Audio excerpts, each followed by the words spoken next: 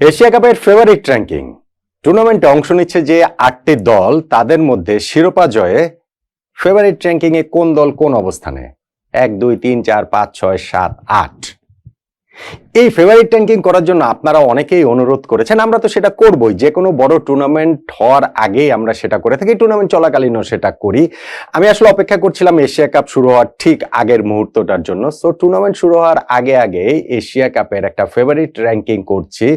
Obviously tournament চলাকালীন সময়ে হয়তো বা গ্রুপ পর্ব শেষে সুপার 4 এর আগে আরো একটা ফেভারিট র্যাঙ্কিং করব, কিন্তু টুর্নামেন্ট শুরু হওয়ার আগে যদি দেখি এইবারের এশিয়া কাপ জয়ের জন্য কোন দল কোন অবস্থানে রয়েছে, নট আউট নোয়ানের সেই ফেভারিট র্যাঙ্কিংটার সঙ্গে আপনি আপনার র্যাঙ্কিংটা মিলিয়ে নিতে পারেন। টুর্নামেন্টে এইবার 8টি দল অংশ নিচ্ছে, তার মধ্যে 5টি দল বাংলাদেশ, ভারত, পাকিস্তান, শ্রীলঙ্কা, আফগানিস্তান, তারা সরাসরি কোয়ালিফাই করেছে এবং গত বছর এপ্রিলে এসিসি প্রিমিয়ার কাপের মাধ্যমে আরো 3টা দল অংশগ্রহণ নিশ্চিত করেছে। ওই টুর্নামেন্টে সবচেয়ে উপরে যে 3টা দল ছিল ইউএই, ওমান এবং হংকং। এই 8টা দল 2টা গ্রুপে ভাগ হয়ে খেলছে। এ গ্রুপে ভারত, পাকিস্তান, ওমান, ইউএই এবং বি গ্রুপে বাংলাদেশ, শ্রীলঙ্কা, আফগানিস্তান, হংকং। প্রতিটা গ্রুপের দলগুলো অন্য দলগুলোর সঙ্গে একটা করে ম্যাচ খেলবে, অর্থাৎ 3টা করে ম্যাচ খেলবে। এর মধ্যে পয়েন্ট টেবিলের শীর্ষ দুটো দল 2 গ্রুপ থেকে 2-2 4টা দল সুপার 4-এ কোয়ালিফাই করবে এবং সেই 4টা দল আবার সবার সঙ্গে একটা করে ম্যাচ খেলবে এবং ওই 3টা ম্যাচের প্রত্যেকটা দল যে খেলবে ওই রেজাল্টের ভিত্তিতে সবচেয়ে উপরে যেই 2টা দল থাকবে সেই 2টা দলই এশিয়া কাপের ফাইনাল খেলবে। ফলে নট নেসেসারিলি যে এইটা একেবারে শক্তিমত্তার বিচারে 1, 2, 3, 4, এটা শিরোপা জয়, ট্রফি জয়ের হিসাবে আসলে 1, 2, 3, 4, 5, 6, 7 কোন দল কোথায় রয়েছে আমার সঙ্গে আমি আসলে সেই আলোচনাটাই করছি।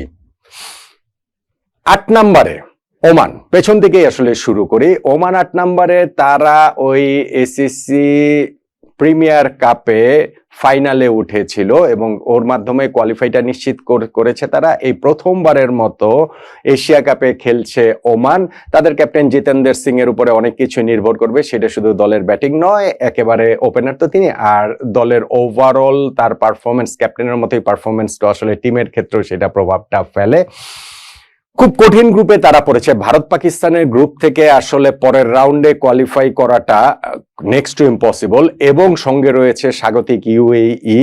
সো এই ওমান গত বছর তারা টি-20 ওয়ার্ল্ড কাপ খেলেছে। টি-20 ওয়ার্ল্ড কাপ খেলার পরে ওই পে ডিসপিউট নিয়ে সিনিয়র ক্রিকেটারদের সঙ্গে এই ওমান ক্রিকেট বোর্ডের মতানৈক্যের খবর আমরা অনেক পেয়েছি।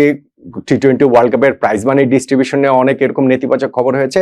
সো সবকিছু মিলে দলটা যে খুব ভালো শেপে রয়েছে তা নয়, ফলে তাদেরকে আমি 8 নম্বরের উপরে কিছুতেই রাখতে পারছি না। 8 নম্বরে ওমান। 7 নম্বরে ইউএই। দেখুন 7 নম্বরে ইউএই এই কারণেই যে এই গ্রুপ থেকে পরের রাউন্ডে যাওয়াটা তাদের জন্য আসলে খুব কঠিন, যেহেতু শিরোপা জয়ের হিসাবটা করছি। তা না হলে হংকংকেই আমি এই জায়গাটাতে হয়তো বা রাখতে পারতাম, কিন্তু ভারত পাকিস্তানের গ্রুপে যেহেতু পড়েছে ফলে ইউএই কে এখানে আমি 7 নম্বরের উপরে রাখছি না। যদিও তাদের পারফরমেন্স সাম্প্রতিক সময়ে ভালো, বেশ ভালো। এই যে পাকিস্তান, আফগানিস্তান এবং ইউএই কে নিয়ে একটা ট্রাই নেশন টুর্নামেন্টটা মাত্রই তো শেষ হলো, সেইখানে গ্রুপ পর্বে 2-2 4টা ম্যাচই পাকিস্তান আফগানিস্তানের কাছে হেরেছে, কিন্তু ইউএই কিন্তু কঠিন ফাইট দিয়েছে। স্পেশালি আফগানিস্তানের বিপক্ষে ওই ম্যাচটা তো তারা জিততেই পারতো, মাত্র 4 রানে হেরে গিয়েছিল। তার কিছুদিন আগে বাংলাদেশের বিপক্ষে তারা 2-1 ব্যবধানে সিরিজ জিতেছে।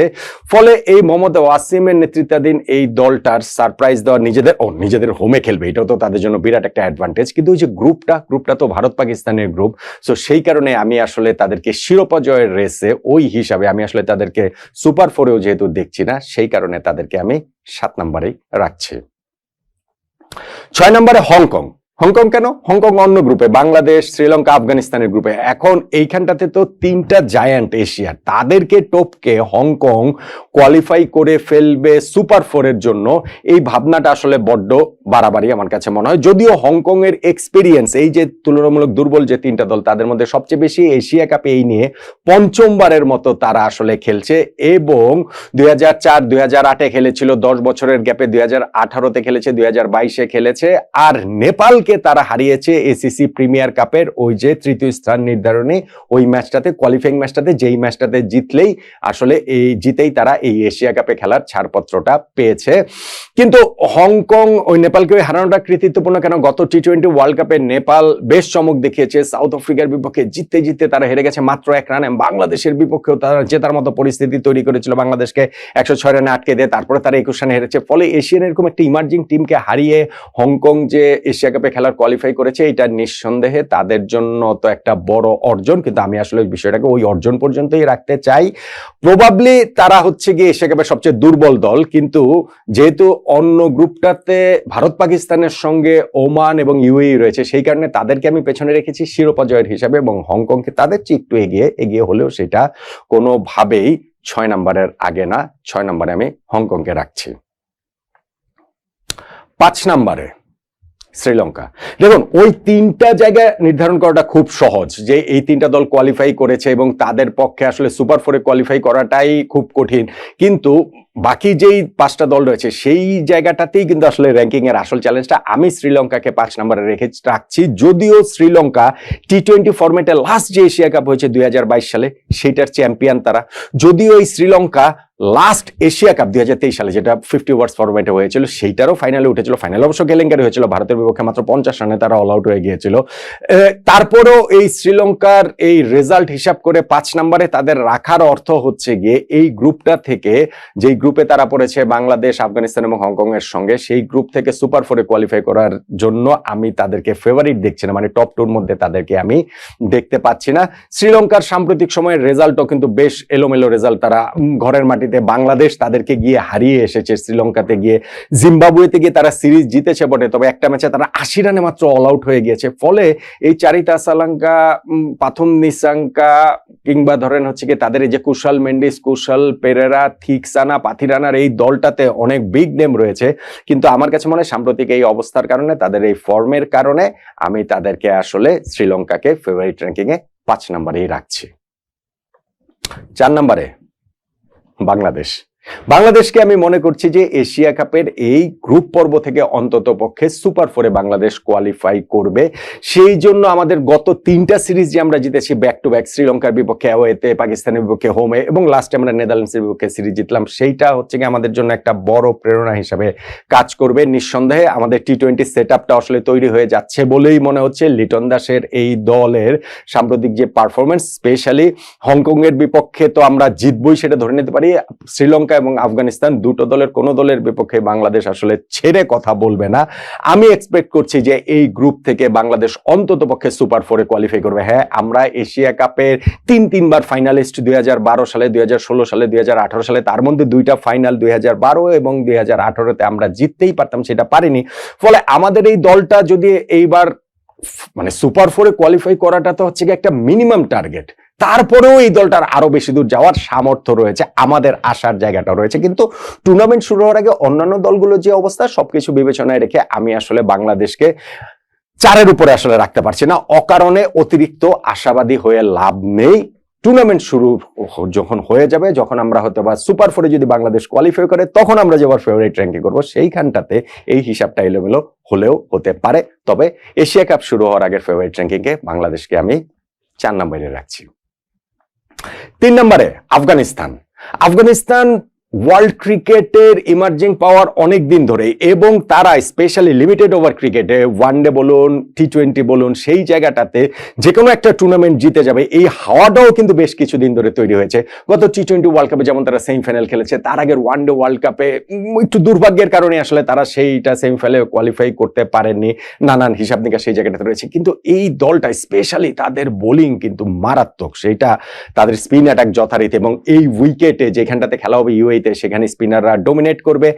আর সেখানটাতে রশিদ খান, নূর, কিংবা ধরেন এইখানটাতে তাদের যে আরো যে স্পিনাররা রয়েছেন, মোহাম্মদ নবীও তাদের রয়েছেন। ফলে এই স্পিন অ্যাটাক দিয়ে তারা যে কোনো প্রতিপক্ষকে ভরকে দিতে পারে। অবশ্যই তাদের ব্যাটিংটা একটু দুর্বলতা রয়েই গেছে, এবং সেই ব্যাটিং এর দুর্বলতা তো আমরা সাম্প্রতিক সময় যে তারা টি-20 একটা ট্রাই নেশন খেললো, সেইটার ফাইনালে দেখতে পেয়েছি। পাকিস্তানের বিপক্ষে তারা মাত্র 66 রানে অল আউট হয়ে গিয়েছে। কিন্তু তারপরও এই আফগানিস্তান, ইউএই তো তাদের সেকেন্ড হোম না, ক্রিকেটেও বিবেচনায় ফার্স্ট হোমই আপনি বলতে পারেন। সো তারা এই টুর্নামেন্টের ঠিক সময় ঠিকভাবে যদি জ্বলে উঠতে পারে, এমনকি আফগানিস্তানের পক্ষে শিরোপা জেতাটাও আসলে সম্ভব। দেন এগেইন তারা ফার্স্ট রাউন্ডেও বাদ হয়ে যেতে পারে, যেহেতু খুব কঠিন গ্রুপে তারা পড়েছে। কিন্তু টুর্নামেন্ট শুরু হওয়ার আগে ফেভারিট র্যাঙ্কিং এ আমি এই রশিদ খানের দলকে 3 নম্বরেই রাখছি। 2 নম্বর পাকিস্তান।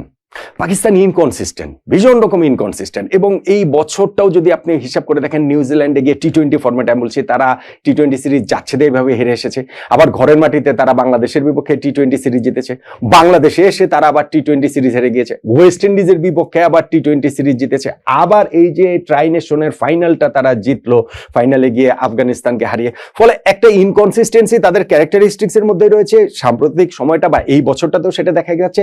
বাবর আজম বা মোহাম্মদ রিজওয়ানদের ছেড়ে তারা টি-20 একটা নতুন অ্যাপ্রোচে খেলতে চাইছে। পাকিস্তানের এই দলটা যে ভীষণ রকম শক্তিশালী, পাকিস্তানের এই দলটা যে টি-20 সবগুলো বক্স টিক করে আমি সেটা বলছি না, কিন্তু যেই গ্রুপটাতে তারা পড়েছে, ইন্ডিয়া, পাকিস্তান, ইউএই এবং ওমানের ওই গ্রুপ থেকে সুপার 4-এ যাওয়া তাদের পক্ষে খুবই সম্ভব, সুপার 4 থেকে তাদের পক্ষে ফাইনালে যাওয়া খুবই সম্ভব, আর শিরোপা জয় তো অবশ্যই অবশ্যই সম্ভব। পাকিস্তানকে কোনো সময় আপনি আসলে রুল আউট করতে পারবেন না। পাকিস্তানের এই দলটা যে তাদের, আমি আবার বলছি, তাদের হিস্ট্রিরও যে খুব শক্তিশালী দল তা হয়তো নয়, কিন্তু পাকিস্তান সবসময় সারপ্রাইজ জমিয়ে রাখে। আমি তাই টুর্নামেন্ট শুরু হওয়ার আগে অন্তত পক্ষে তাদেরকে এই 2-এর নিচে রাখতে পারছি না।